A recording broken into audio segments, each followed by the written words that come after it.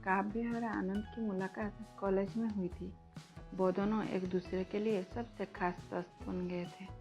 हर class के बाद library में मिलना, कैंटीन में साथ बैठकर चाय पीना और एक दूसरे की हर छोटी बड़ी बातों में दिलचस्पी लेना, ये उनकी दोस्ती की पहचान थी।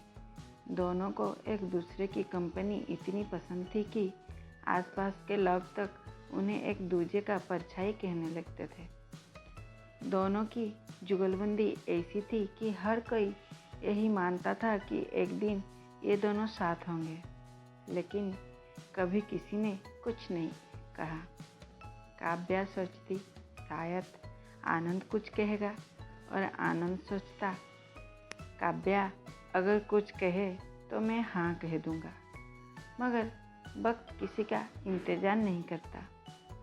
कॉलेज ख़त्म होते ही जीवन के मोड़ अलग से ले लिया। आनंद को एक अच्छी नौकरी का ऑफर मिला।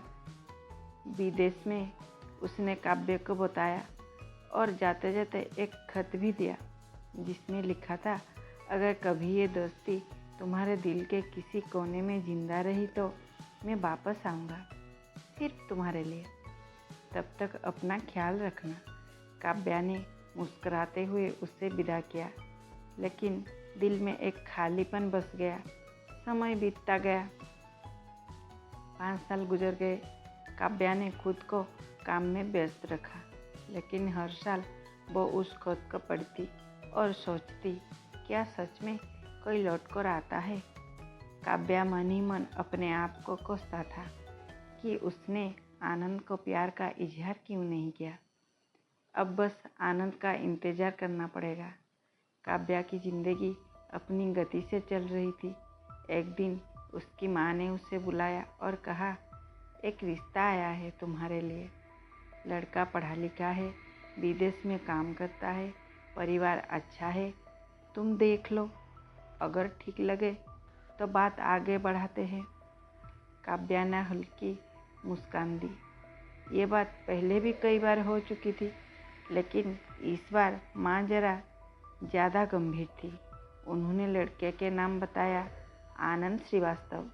काव्या का दिल एक पल के लिए ठहर गया, लेकिन फिर सोचा, क्या ये वही आनंद हो सकता है? नहीं, नाम तो किसी के भी हो सकता है। बस जानकर भी क्या करेगी? शादी तो उसे किसी के भी साथ करने पड़ेंगे। घर वाले बहुत गुस्से भी और परेशान भी थे। उसने कुछ नहीं कहा, बस सिर झुका लिया।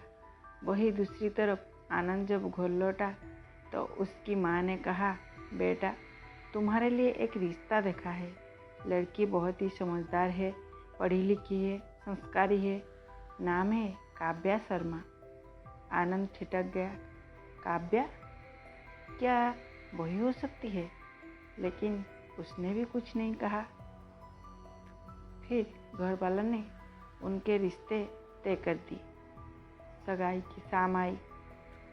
परिवार ने सब तय कर लिया। दोनों की सहमति बिना किसी सवाल के मान ली गई।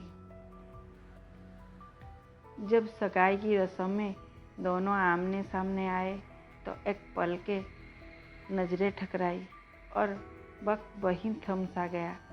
काव्या की आंखों में सवाल था, आनंद की आंखों में जवाब था, तुम? हाँ, मैं ही हूँ। और तुम भी? भीड़ के बीच ये दो आंखें आपस में सब कुछ कह गई।